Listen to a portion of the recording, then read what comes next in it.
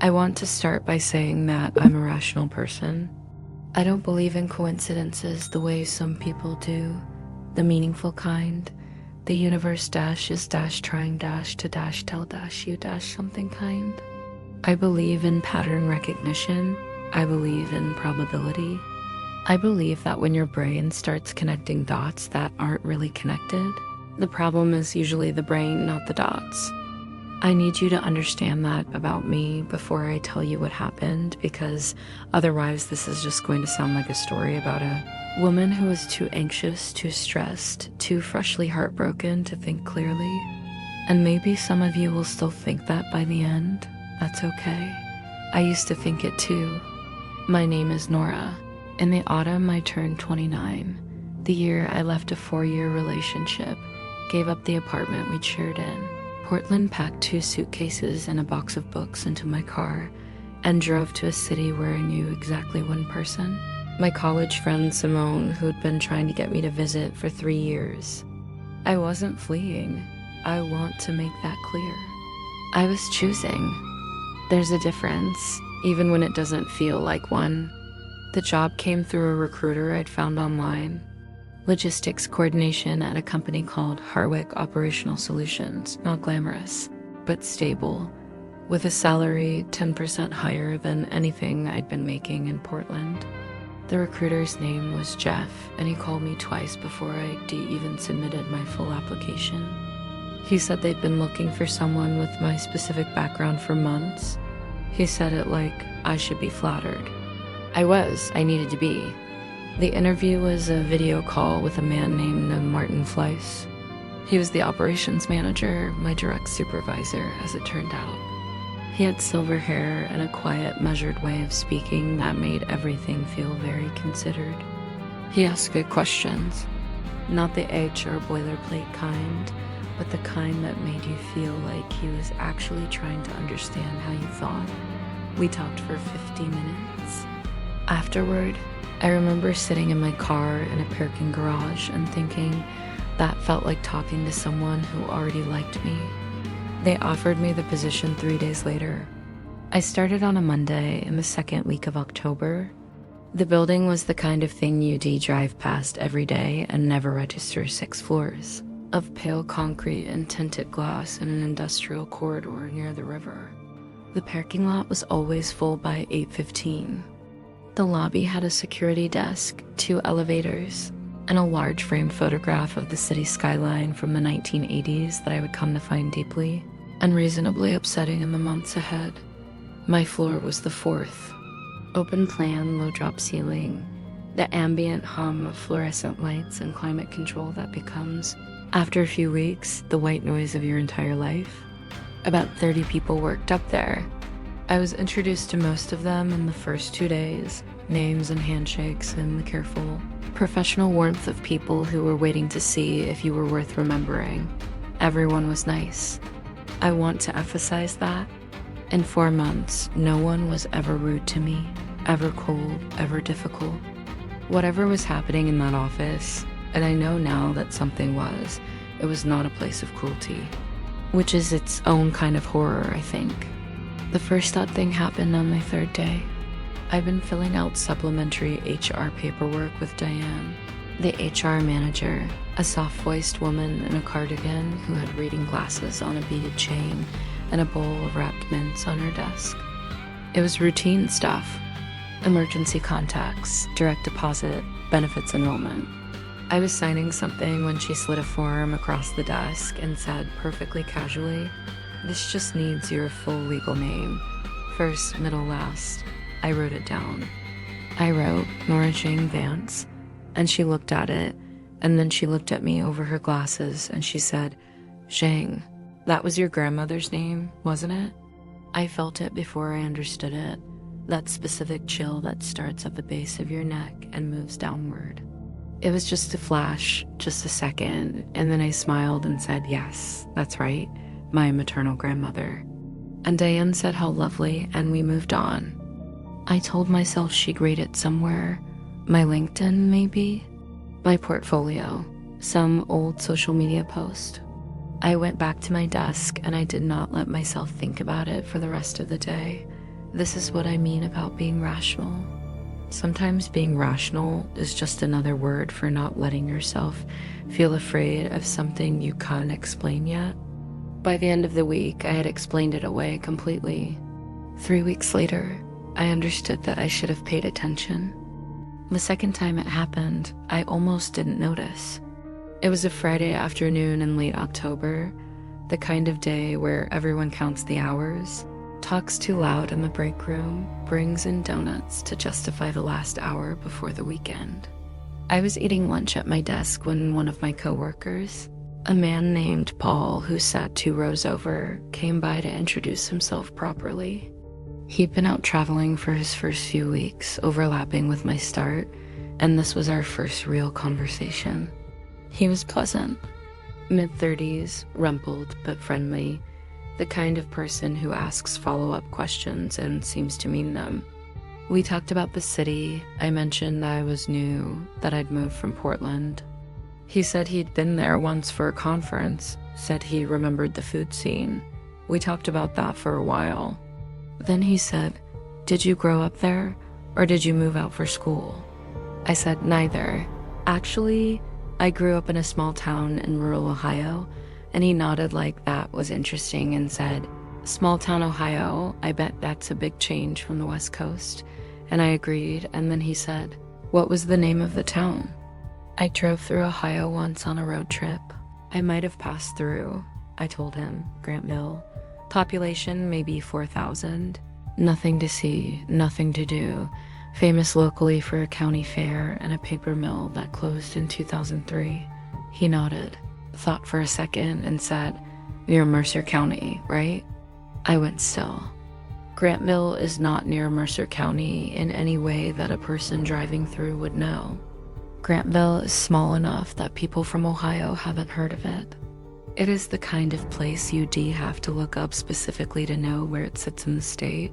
I said yes, roughly, and watched his face. He wasn't performing anything. He looked completely natural. He said something about having an aunt in the region. The counties blur together out there, and the conversation ended the way normal conversations end, drifting off into the afternoon. I sat with it for the rest of the day. I tested it from different angles. Maybe he'd Googled me after I started. Maybe he was just good at geography. Maybe Mercer County is more prominent than I remembered, and it just felt specific because I was already unsettled from the thing with Diane, maybe. But it was adding up. 2 things 2 weeks apart, both small, both deniable. I started paying attention in a new way. And the more attention I paid, the more I found. The third incident came from a woman named Cassie in accounts. Younger than me sharp, very funny, the kind of person who would have been my friend under different circumstances, and maybe still was. And that's one of the things that still gets to me. We were waiting for the elevator one afternoon when she mentioned she'd gone to a concert the weekend before. Some indie band. She asked if I liked that kind of music, and I said yes. Actually, very much. And she said, "You seem like you've got that taste." I asked what she meant. She said, that slightly melancholy thing. Like you probably listen to sad music in the car. I do. I always have. My ex used to say the same thing, that I chose music the way other people chose therapy. I laughed it off. I said she was right.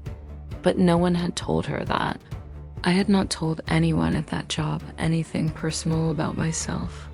I had been careful, deliberately careful, the way you are when you're starting fresh. I had told them my name, my professional background, my city of origin. I had not told them anything that felt real. They seemed to know anyway. I went home that night and sat on my apartment floor for a long time. I made a list. Not a paranoid list, just a factual one. Things people at that job had referenced that they could not have easily known. The list had 6 items on it by the end of the night, and I fell asleep telling myself 6 was not enough. 6 could all be coincidence. 6 was just a pattern-hungry brain in a new and stressful situation. But I kept the list. Martin Fleiss called me into his office on a Thursday afternoon in my 4th week. He had a corner office, not a large one, no grand executive suite, just a glass-walled room at the end of the floor with a view of the parking lot and the gray sky beyond it.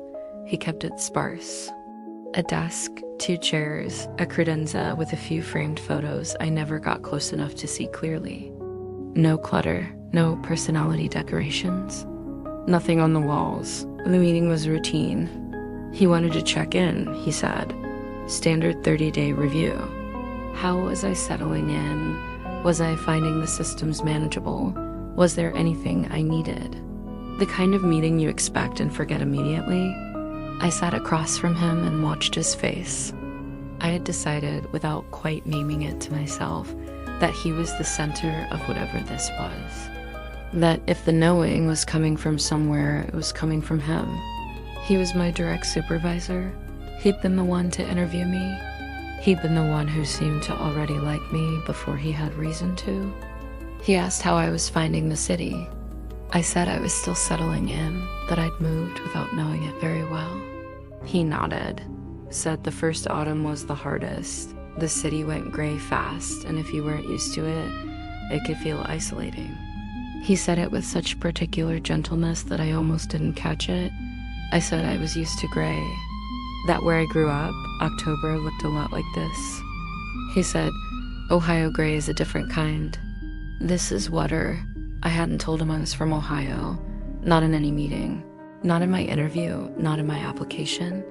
I'd listed Portland as my most recent location. My LinkedIn said Pacific Northwest. Ohio was a chapter I'd closed. I kept my face completely neutral. I said, You've spent time in Ohio? He paused.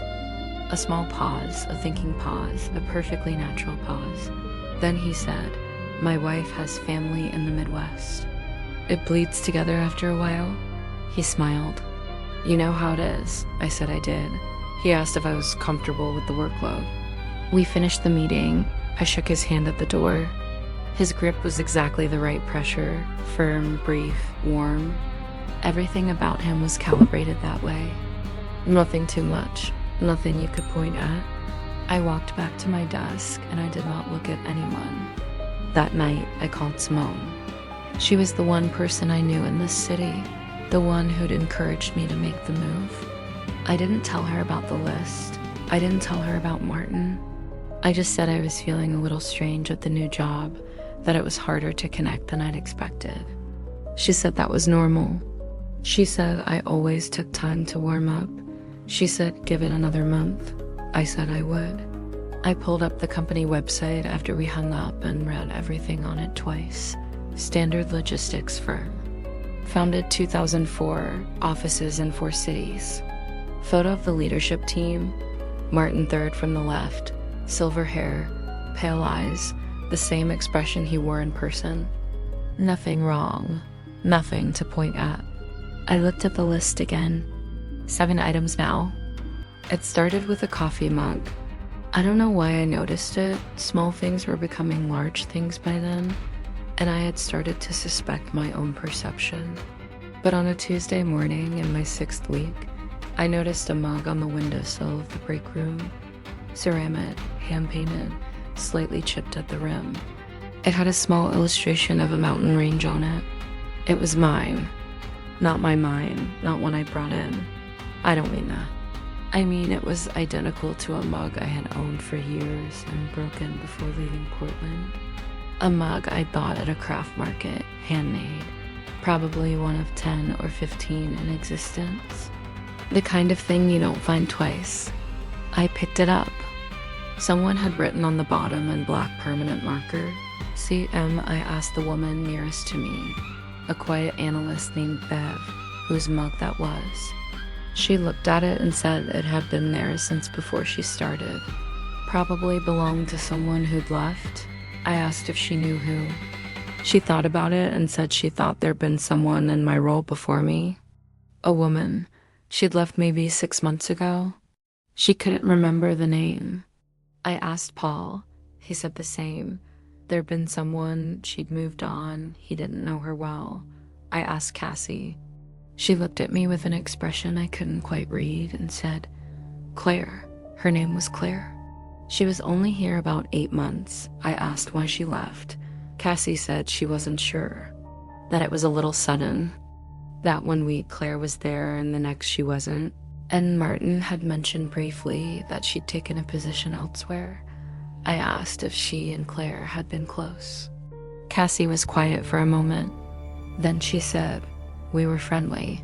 And then she picked up her coffee and went back to her desk. That night, I looked for Claire M., who had worked at Harwick Operational Solutions and Logistics Coordination. I had a first name and an initial and a 6-month window. LinkedIn gave me nothing under that combination that fit. I tried variations. I searched the company's past employee tags. I found traces, a comment on a company post from a year prior, a tagged photo at what looked like an office event, but the account was deactivated. The photo still had the tag, but when I clicked it, nothing was there. I found one other thing.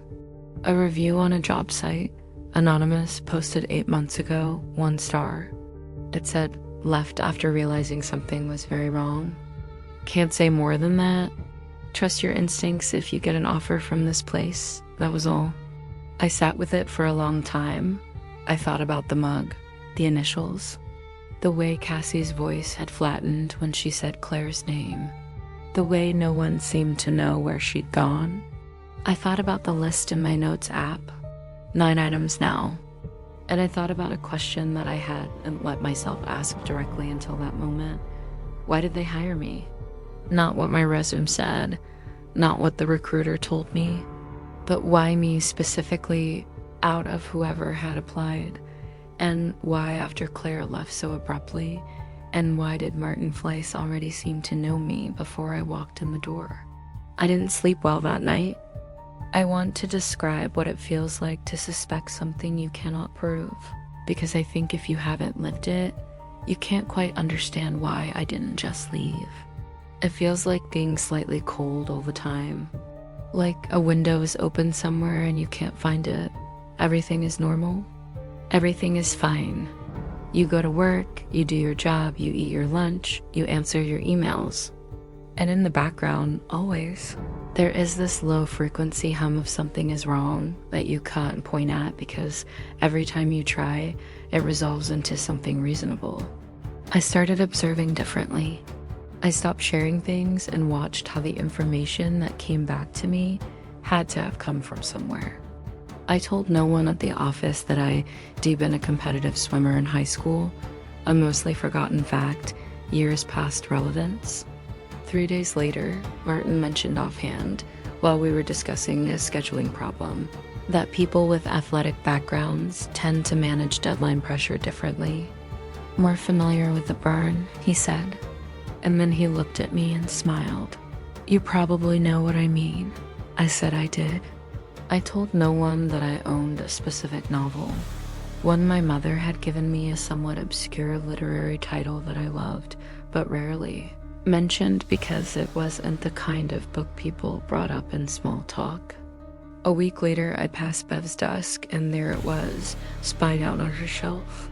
She saw me looking and said she'd just started it, had found it in a used bookstore, wasn't sure what she thought yet.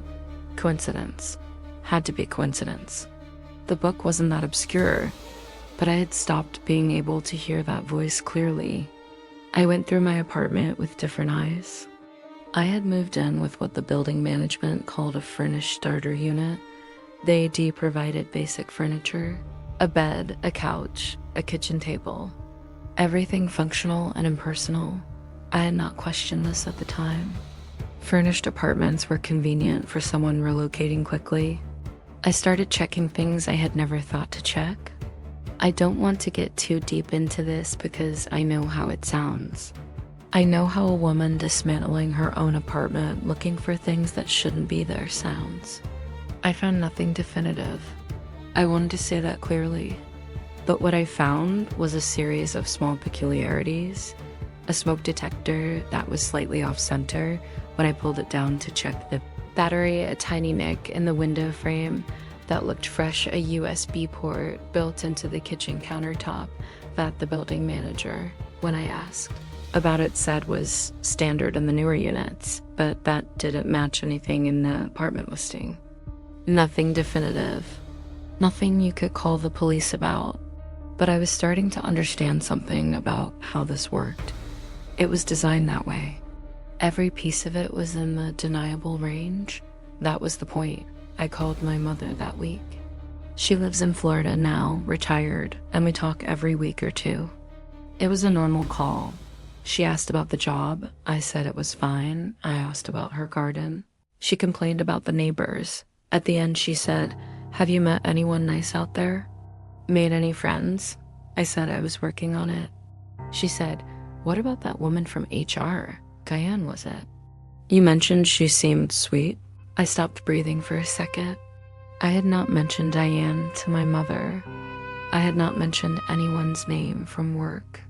I was certain of this. I'd been careful. I'd been deliberate. I said, "How do you know her name?" Long pause. My mother said, "You must have mentioned it, honey." Or maybe, I don't know, maybe I'm confusing it with something. You know my memory. I didn't push it.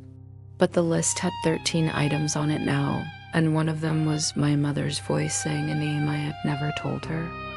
I need to tell you about what I did next because it matters. I did not confront anyone. I did not quit. I kept going in, doing the work, behaving normally. Partly because I needed the job and didn't have anywhere else to go yet, and partly because I understood instinctively that if something was happening, the moment they knew I suspected, it was the moment everything would change in ways I couldn't control. So I smiled. I answered my emails. I said good morning and have a good weekend and ate my lunch and laughed at the appropriate moments. And I did everything else somewhere they couldn't see. I tracked down Claire. It took 2 weeks of careful searching. The deactivated LinkedIn led nowhere, but I found a comment she made on a neighborhood forum 2 years before using a username, and from that username, I found an email she used on a public petition about a local issue, and from that email, I found a current Facebook profile with limited privacy settings. She lived in another city now, had moved there about 6 months ago, shortly after leaving Harwick. I sent her a message through Facebook. I was careful about what I said. I didn't mention the mug or the list or my mother. I said I was a current employee at Harwick, and that I heard she worked there previously, and that I had a few professional questions if she was open to talking. I kept it neutral. I made it sound like nothing. She didn't respond for 9 days. When she did, her message was 3 sentences long. She said, "I don't talk about that job." I want to be clear about that, but I'll tell you one thing for free. Whatever feels wrong, it's worse than you think. I wrote back immediately. I asked if we could talk, phone, video, whatever she preferred. She didn't respond again for 4 days. When she finally wrote back, it was late at night and the message was longer. She said she'd spent a long time trying to decide whether to respond at all. She said she eventually decided that if she gotten a message like mine during her first months there, she would have wanted someone to talk to her. She said she was only going to do this once. We got on a video call that Sunday. She was maybe 32, 33. Dark circles under her eyes that might have been permanent, or might have been the night. She looked like someone who had practiced being calm.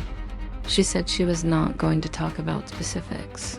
She said she had tried to talk about specifics once to a friend, and she had sounded so irrational that she'd stopped. She said the whole point of what they did was to make it impossible to describe. I said I understood. I asked what she could tell me. She said they knew everything about me before I started. Everything. Things that were not in any public record. Not on any social media, not in any conversation I'd had with anyone they could have spoken to. Things that were in my head. She paused. Not literally. I don't believe in anything like that. But somehow they knew. I asked how long it took her to realize something was wrong. She said 3 months. She said she'd been in denial for most of it. I said I was in my 6th week. She was quiet for a moment. Then she said, You're ahead of where I was. I asked what she meant. She said most people don't start asking questions until it is already too late to ask them in a way that helps. I asked what too late meant. She looked at me steadily through the screen. She said, I mean by the time you know enough to confront it, you're already in it, and being in it is the whole point. That's what they want. I asked what they wanted. She shook her head slowly. She said, I don't know. I left before I found out. And I have been genuinely grateful for that every single day since. I went back to the building management office the next morning. The apartment complex was managed by a company called Aldrin Properties, a regional firm. Nothing obviously connected to Harwick, offices in a strip mall a few blocks away. I dealt with them once when I moved in, signed the lease, picked up the keys. The man I'd spoken to then was in his 60s, heavyset, efficient. His name was Doug. Doug wasn't there. The woman behind the desk was new, young, professional, told me Doug had moved to their other office across town. She asked what I needed. I said I had some questions about my unit. I mentioned the USB port in the kitchen counter. I said the listing I'd originally seen hadn't mentioned it, and I was just curious about what it was for. She typed something, read something on her screen, said it was a standard smart home port, common in units of my tier, used for optional app-connected devices. She said it was inactive unless I wanted to set it up with the building system. I asked who installed it. She said it was installed with the unit. She didn't have a more specific record than that. I asked when the unit was last updated, renovated, rewired, anything like that. She took longer with this one.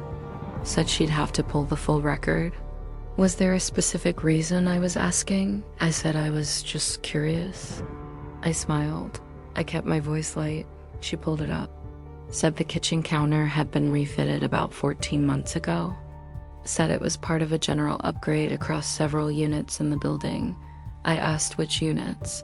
She hesitated, then said she wasn't sure she had that level of detail. I asked if she could find out. She said she'd put in a request and follow up. She followed up 3 days later with a voicemail saying the information was unavailable at the tenant level and thanking me for my patience. I sat with that. 14 months ago, about 6 months before Claire left Harwick, 8 months before the recruiter first contacted me. I don't know what that meant. I still don't know what it meant exactly, but the timeline sat in my chest like a stone. That week, I started doing something I should have done from the beginning. I kept a written record. Not notes on my phone, a physical notebook, kept in my car, never brought inside the apartment. Dates, times, direct quotes, exact words. The things people said and what they could not have known. The building details, the USB port, the mug with CM on the bottom. Writing it down helped. Not because it made me feel better, it didn't, but because it made it real in a way that lived only in my head. It was evidence I could touch. I also started varying my routines. Different route to work each day. Different lunch times, different parking spots. I know how this sounds. I know it sounds like the beginning of a particular kind of spiral, but here's what I want you to understand. I was not imagining things. I was not constructing a false pattern. The things on my list were real, and the list kept growing. By this point, I had 17 items, and I had a new question that I turned over every night before I fell asleep. Harwick was a real company. It did real work. The work I was doing was real logistics coordination, vendor management, nothing classified or specialized. There was nothing about my role that would explain any of this. There was nothing about me that would explain it either. I was not important. I was not wealthy. I was not connected to anything significant. So why me? And what was the point? I need to tell you about Simone. She was the reason I'd moved to this city. We'd been friends since our junior year of college. One of those friendships that survives distance and time and the general attrition of adult life. I trusted her the way you trust someone who has known you long enough to remember. who you were before you started editing yourself. She was the one who told me about this city. She was the one who'd been encouraging me to come for 3 years, who had sent me apartment listings and restaurant recommendations and said, just come, it'll be good for you. She was the one who told me Harwick was a solid company when I got the offer. I remembered that specifically. I called her before accepting and she'd said she'd heard it was a good place, stable, decent management. I asked her then how she'd heard that. She said through a friend of a friend. She said word got around in professional circles. I hadn't questioned it. I was questioning it now. I called her on a Thursday night without planning to, without a script. I told her I was having a strange time at work. I said some things had been bothering me. I said I had a weird question and I needed her to be honest with me. She said, of course, what's wrong? I said, when you told me about Harwick, that you heard it was a good place, can you tell me exactly who told you that? Who was the friend of a friend? Silence. Not a confused silence. Something else. She said, Nora, why does that matter? It's been months. I said it mattered to me. I said I'd just like to know. She said she couldn't remember exactly. It was a casual thing. Someone at a dinner party or something. She hadn't thought it was important enough to remember. I said, Simone, I need you to really think. Another pause. She said she was sorry. She genuinely couldn't pin it down. She said she might be confusing it with something else she'd read. She said, why? Was something wrong at the job? I said I wasn't sure. She said if something was wrong, I should tell her. She said she was right there. She said she was worried about me. I said I was fine. I said thank you. I said I'd call her this weekend. I didn't call her that weekend because the thing I didn't say out loud, the thing I couldn't say, not yet, was that Simone had known about Harwick before I mentioned getting the offer. I had called her the night the recruiter first reached out, excited, a little hopeful, and she had said she heard it was a good place before I finished describing it. And I was only realizing now that I had told no one I was job searching in that city. I had told no one where I was applying. I had not told Simone I'd applied to Harwick. I had called her when I got the recruiter's call, but I had not told her where. She had already known the name. I had been too excited to notice. Now I noticed. And the list had a new category. It wasn't just the people at Harwick who knew things they shouldn't have known. It was the people around me. The people who had shaped the path that led me there. I want to be clear about what I'm about to tell you because I know how it lands. I went into Martin's office. Not during work hours, not with permission. It was a Friday evening in my 10th week. I had stayed late under the pretense of finishing a report. I had mentioned it to 3 people, so it would be remembered that I was working late, completely normally. By 7:30, the floor was empty. Martin had left at 5:30, said goodnight to me directly. His office was glass-walled, but the blinds were down in the evenings. His door was not locked. I want to say that carefully. It was not locked. An office door in an empty building belonging to a man who had every reason to be careful was not locked. I have thought about this many times since I went in. I was not searching for anything specific. I was searching for the thing that made sense of everything else. A letter, a document, a file, anything that would tell me what was happening and why and what I was to these people. I found it faster than I expected to, which was the second thing I should have recognized. 3rd drawer of the credenza, a manila folder, my full name on the tab in Martin's precise handwriting. Nora Zhang Vance. I sat on the floor with it. It was thick. That was the first thing I registered. It was much thicker than any employment file had a right to be. I opened it.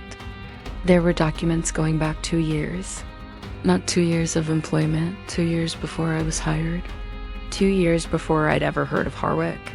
There were printouts of my social media posts, not just public ones, but posts from accounts I had set to private and then deleted. Posts from accounts I was certain no one outside of my immediate friends had seen. There were what looked like transcripts Fragments of conversations, not formative like surveillance records. More like notes, summary notes, the kind you'd take while listening. Things I had said to my ex-boyfriend. Things I had said to my therapist. Things I had said in the dark in my own apartment when I was talking to myself the way people do when no one is listening. There was a psychological profile. Multi-page, formative, professional looking. It had categories, attachment style, stress responses, decision-making patterns, vulnerability factors, ideal recruitment conditions. There was a section called Transition Window that was dated 8 months ago, right around when Claire had left, and it said, under notes, subject enters optimal recruitment phase following relationship dissolution. Recommend accelerating contact timeline. There was a photograph of me, not taken by me. Taken from outside somewhere, a street, a coffee shop, I couldn't tell. I was looking down at something. I was wearing a jacket I'd had in Portland. The time stamp was 14 months ago. I sat on Martin's floor for a long time. My hands were very still, which I remember thinking was strange. I'd expected them to shake. I photographed every page with my phone. I put the folder back exactly as I'd found it. I left the building. I drove 2 miles, pulled into a gas station parking lot, and sat there until I stopped feeling like I was going to be sick. Then I called Claire. She picked up on the second ring, almost like she was expecting me. I told her what I'd found, laying out the dates, the categories, the exact language, and the documents. I didn't add my own spin, I just described. After a long silence, she asked, "Did you find a section called Transition Window?" I said yes. "Mine said the same thing," she replied. Same exact language. I asked her what she thought it meant. She said she'd had 8 months to think about it and still didn't have a clue. She told me Harwick wasn't really a logistics company. That was just a front. The real purpose of the building was something else, and our roles, we were something else too. She'd considered words like subjects, participants, targets, but none felt right. They all implied she understood the purpose, and she didn't. I asked if she'd gone to the police. A long pause. Yes, once. The officer was polite, took notes, said he'd look into it. She never heard from him again. When she followed up, he transferred, and there was no record of her report. That's when she decided to just leave, not fight it, just go. I told her I couldn't, that my whole life was built around being here. She said, "That's by design. Think about how you got here. Every decision that led you to this city, this apartment, this job. Think about who helped you." Sitting in my car, I thought about Simone, who'd pushed me to move here for years, who knew the company's name before I even told her. I thought about the breakup, the one the file called a transition window. I thought about my ex, how he'd become so cold and critical right before the end. Was that engineered? The recruiter who seemed so sure I was perfect for the job. The apartment at just the right price. Then her last words on the call hit me differently. By the time you know enough to confront it, you're already in it. And being in it is the whole point. I realized she didn't mean they just wanted to watch. They had built my life to get me here. They needed me to choose this. Let me tell you what the worst version of this looks like, because I spent the next 2 weeks doing nothing but building the picture. I went back through 5 years of my life. Not obsessively. I mean, yes, obsessively, but methodically. I made a timeline. Every major decision. Every pivot. The job I'd quit in Seattle to take the one in Portland. The relationship I'd entered. The apartment I'd chosen. The therapist I'd started seeing after a difficult year. A therapist whose name I now could not find in any professional directory, whose practice website had gone offline, whose phone number led to a voicemail that had never been active when I tried it recently for unrelated reasons. The relationship. God, the relationship. I had been with him for 4 years. I had believed I loved him. I had arranged my life around him. And then, during the period the file called a transition window, he had become a different person. Slowly at first, then quickly, then I had left. But who had he become and why? I don't want to say this definitively because I can't prove it, but here is what I know. I could not find evidence that he had changed in any domain of his life except the one that intersected with me. His friendships were the same. His job was the same. His interests were the same. The coldness, the criticism, the sudden inexplicable distance, it existed only in our shared space. And then it ended, and I had needed a new start, and Simone had been calling me to a city where an apartment was ready and a job was waiting. I want to tell you what it feels like to look at your own life and see it from the outside, to hold up year after year and look at the decisions you made and feel the fingerprints on them. Not everywhere. I don't think I'm saying every single thing was controlled. But the key moments, the hinges, the points where I could have gone left or gone right, and the forces that very gently ensured I went the direction they needed. That's not paranoia.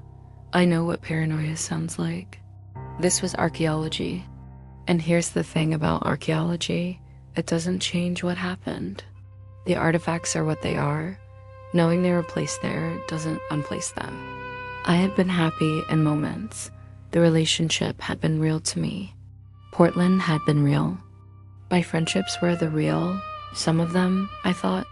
I still believe some of them were real. I just no longer knew which ones. I went to work every day. I did my job. I smiled at Martin and said good morning to Diane and ate lunch with Cassie and laughed at Paul's jokes. And underneath all of it, I was building towards something. I had photographs of every page of that file on my phone, backed up in 3 places, printed and kept in my car.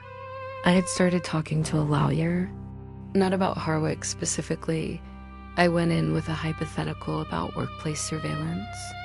She said the threshold for legal action was specific and high.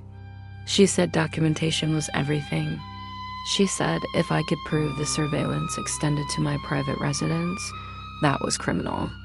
She said, "What specifically makes you think this is happening?" I said, "That's what I'm trying to document." She gave me her card. I was not going to leave the way Claire had left. I was not going to dissolve into a different city and spend my nights being grateful I'd gotten out. I needed to know the purpose. Because here is the thing you learn when you understand you've been guided somewhere. You start to understand that there is a destination. They didn't build all of this just to watch me answer emails in a gray office. There was something they were moving me toward. I just didn't know what yet. The 6th floor of our building was used for storage and executive functions. The staff on 4 almost never went up there. There was an HR directory that listed 2 executive offices on 6, plus storage, plus what it called a research and development consultation suite that I had never heard anyone mention in conversation. I went up on a Tuesday afternoon. I told 3 people I was dropping something at the executive admin's desk. That part was true. While I was up there, I took a wrong turn. I want to be honest, it wasn't a wrong turn. I had mapped the floor in my head using the building as directory and the fire escape plan posted near the elevators. And I had identified a section of the floor that the directory described as storage, but that was oriented toward the building as exterior windows in a way that real storage rooms never are. There was a short corridor that branched off the main hallway. There were 3 doors, 2 were labeled. The 3rd wasn't. I put my hand on the handle. It was locked. Of course it was. But through the door, and I want to be precise about this, I could hear something. Not voices, not machines. Something lower and more consistent than either. It was the specific frequency of electronic sound coming from multiple sources running simultaneously. And it was coming from a room that the building's directory said didn't exist. I stood there for maybe 4 seconds. Then I heard the elevator open behind me. I turned and walked back toward the admin's desk, arriving at exactly the right moment to appear as though I just turned the corner from the correct direction. The woman who stepped off the elevator was a senior executive I'd never spoken to. She nodded at me. I nodded at her. My heart was hitting the inside of my chest in a way I could feel in my ears. I dropped off what had come to drop off. I went back downstairs. I sat at my desk and spent 45 minutes staring at a document I wasn't reading. I had found the center. I was almost certain of it. Whatever Harwick actually was, whatever the real function of that building was, it was behind a locked door on the 6th floor that hummed with the sound of systems I couldn't name. And that night, something happened that changed everything again. Martin called me, not an office call, my personal cell number, at 9:15 at night. He said he was sorry to call so late. He said he'd been meaning to speak with me and a few things had run together this week. He said he wanted to check in. I asked what he meant. He said he'd noticed I seemed a little distracted lately. He said this happened sometimes around the 3-month mark, especially for people who had relocated. He said it was a significant life change, and it was normal for it to catch up with you. He spoke for about 2 minutes, warm, measured, appropriate. Then, at the very end, he said, "I want you to know that this is a place where we take care of the people who work here. That's not just the thing I say. We're invested in you." He said invested in a way that, in any other context, would have sounded supportive. I said thank you. I said I appreciated it. I said goodnight. I sat in the dark for a long time. He had called me after I'd been on the 6th floor. I had not been seen. I was almost certain of it. But either there was a camera I had missed, or someone had told him, or the building itself had told him. What I'm about to tell you is the hardest part to explain, because it requires you to follow a chain of reasoning that I know sounds like the conclusions of someone who has lost perspective. But I need you to stay with me because I had a full notebook by this point. I had documentation, and what I found had an internal logic that was, in its way, worse than anything supernatural could have been. I need to go back to the file, to the section I mentioned, the psychological profile. I had read it many times by this point, memorized parts of it. And there was a section near the end, under a header I'd initially skimmed, application notes, that I had been turning over for weeks. It said, subject profile indicates high internal locus of control with suppressed external distress signaling. Target demonstrates capacity for sustained functional performance under covert stress conditions without behavioral disruption. Primary research utility: observation of cognitive adaptation and information compartmentalization under long duration. Covert surveillance. Secondary utility: social network mapping via organic contact during integration period. I had read that many times. I kept getting stuck on research utility. And then, on a night when I was reading it again, I finally saw the sentence I'd been skipping past. It was in the margins. Handwritten, in different ink, added later, not part of the original typewritten document. It said, for the record, subject has been responding to stimuli on anticipated timeline. Integration proceeding without awareness disruption. If pattern holds, proceed to phase 2 contact per standard protocol. I stared at the word awareness disruption for a long time, because here's what I finally understood. They knew about the list. Not the notebook in my car, maybe, but the list on my phone. The growing record of inconsistencies. The questions I had been carefully, privately asking. They knew I was noticing, and they had expected it. It was in the profile. High internal locus of control. Capacity for sustained functional performance under covert stress. They hadn't selected me despite the fact that I was the kind of person who would notice something wrong. They had selected me because of it. The awareness wasn't a problem to be managed. The awareness was the point. They wanted someone who would notice. They wanted to watch what a specific kind of person did when she gradually became certain something was deeply wrong. How she handled it, what she investigated, how long she kept functioning, what decisions she made, who she told, who she trusted. They were mapping the exact shape of how a person like me responds to exactly this kind of threat. And every step I'd taken, the list, the lawyer, finding Claire, going to the 6th floor, the careful routines, the notebook in the car had all been, on some level, anticipated. I thought about Claire again. Who had left? Who had gotten out before phase 2, whatever that was? And I thought about the file on me, which was still in Martin's drawer, which I had photographed and replaced, which I had told them through my behavior that I had found and replaced. Or had I? I hadn't been careful that night, not careful enough, not actually careful. A careful person would have checked the building's camera positions first. A careful person would have known whether the door was monitored. A careful person with a psychological profile indicating high internal locus of control, with a profile that anticipated exactly this behavior, would have known that walking into that office and finding that file might have been, itself, a planned moment in a sequence they designed. I don't know if the file was left unlocked on purpose. I don't know if I was supposed to find it. And that question, that specific, bottomless question, is the one I still can't answer. I made a decision. I didn't tell Simone. I didn't tell my mother. I didn't call Claire again. I had no way of knowing who was real, but I had the lawyer's card.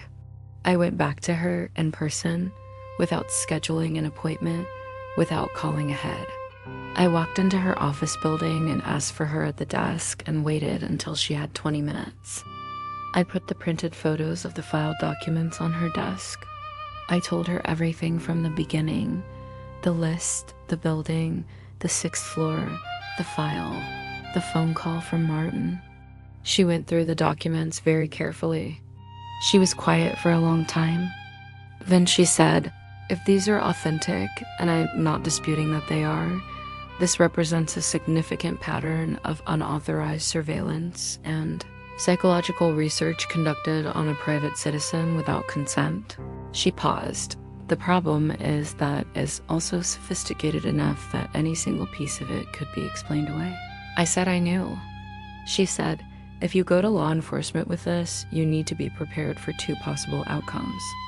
Either this gets taken seriously, which may not resolve in your favor, depending on who's involved, or it triggers whatever you're calling phase 2.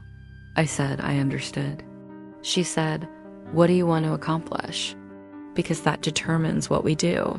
I thought about it. I said I wanted to know who was behind it. Not just Harwick, the full structure. Who paid for the psychological profiles? Who built the recruitment pipeline? Who decided that certain kinds of people were worth a years-long surveillance operation? She said that was an investigation, not a legal action. She said those were different tools. I said I knew that too. She put the documents in a sealed envelope and told me to leave them with her, that she'd hold them as a third-party record. She said if anything happened to me, she said it carefully, but she said it, there would be a record outside of my possession. I walked out of her office and drove back toward my apartment. I'm going to tell you something that I have never told anyone, and I want you to hear it clearly. I was not afraid. I had been afraid for weeks, the background cold, the open window somewhere, the low-frequency hum of dread. And sitting in that car on the way home, I realized it was gone. Not because things were resolved. They weren't. But because the fear had come from not knowing, and I knew now. Not everything, but enough. I knew what I was. I knew what they'd made me for, and I knew that knowing it, while being inside it, was something they had anticipated, but that didn't mean they could control what I did with it. I was still technically a person with agency. I was still capable of decisions they hadn't written into a file. At least I believe that. I never told anyone at that new job my middle name. Not my coworkers, not my manager, not even on the paperwork. So when the woman in HR leaned across her desk on my 3rd day and whispered it, like she'd always known, I felt something inside me go very, very cold. I still work there. I want that to land correctly. I still go in every morning. I still answer Martin's check-ins. I still have lunch with Cassie and say good morning to Diane and do the work I was hired to do. From the outside, nothing has changed. Inside, everything has. I don't know what phase 2 is. I've been waiting for it for 6 weeks and it hasn't come. Not obviously. Maybe it already has. Maybe this is phase 2. Me, awake, watching, uncertain whether my watchfulness is genuine resistance or the most perfectly predicted variable in their model. I think about Claire often. I think about her choosing to leave, to dissolve into a different city and be grateful. I used to judge that quietly. I understand it now. There's a freedom in not knowing the full shape of the thing. There's a specific cost to seeing it clearly. The liar has the documents. I have the photographs backed up in 3 places. The notebook in my car has 43 entries now. Simone called me last week. I answered because not answering would change my behavior pattern, and changing my behavior pattern signals something. We talked for 20 minutes. She sounded like herself, warm, funny, easy. She sounded like my friend. I have spent months trying to determine whether she was recruited or constructed, whether she came into my life because she was placed there, or whether she was a person I loved who was later accessed and used. I don't know. I don't know if I'll ever know. My mother called on Sunday. She asked about the job. I said it was fine. I think about the photograph they had of me, taken in Portland 14 months ago, me looking down at something outside a coffee shop. I think about who was behind that camera.